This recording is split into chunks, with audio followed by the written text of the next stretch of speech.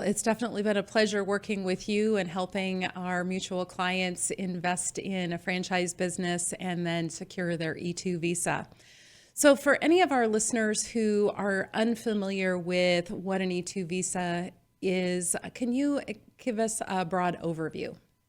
Definitely. The E2 Investor Visa is a U.S. visa program specifically designed for foreign citizen entrepreneurs to move to the United States with their immediate family members, spouse, and minor children based on investing in a qualifying U.S. business. And the visa would allow them to live here and run their business, and their spouse can live here and work, go to school, kids can go to school, and have a life here. It is a temporary visa, and it's issued in 2 to 5 year increments, but it is renewable forever.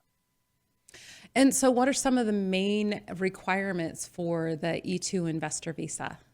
Great question. There are several key requirements. First, they have to be a citizen of a treaty country. So not all the countries in the world qualify. Out of the 195 countries worldwide, citizens of 83 countries are eligible for the E2 visa. And that list is growing. Every time the United States signs an E2 treaty with a foreign country, that list grows.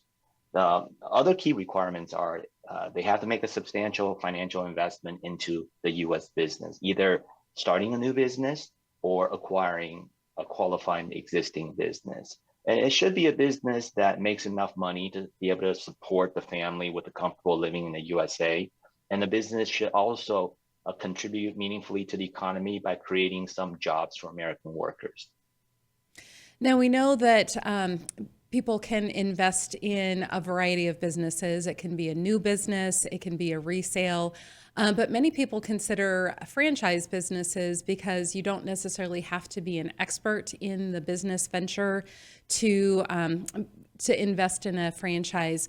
What are some of the other considerations, or why would you say franchising is a good option for E2 investor visa candidates to look at? Really good question. It's a very important question. One of the key priorities of foreign citizen investors when they're making this investment is to get an E2 visa approval. They're using the investment as a vehicle to move themselves and their family to the United States. So the E2 visa success is the most important goal. And US immigration authorities, when they're adjudicating an E2 visa application, one of the key factors is looking at the potential success of the business. And this is especially important where it's a new territory or startup, where the future potential success is kind of speculative. There's no guarantees in life or business. So the more credible the business is, the more likely immigration officer is going to trust it and be willing to take a leap of faith and grant the E2 visa. So a franchise business where it's a tried and true proven business model, and if the brand is recognizable to the immigration officer, it's just so much easier for the officer to believe in the potential success because it is a successful business system. On the other hand, if the E2 investor applicant is starting an independent business, for example, then there's really no comparison point, and the scrutiny into the applicant's personal relevant business experience in home country, success track record in that industry becomes really important because they want to see that credibility in order to trust in the potential success.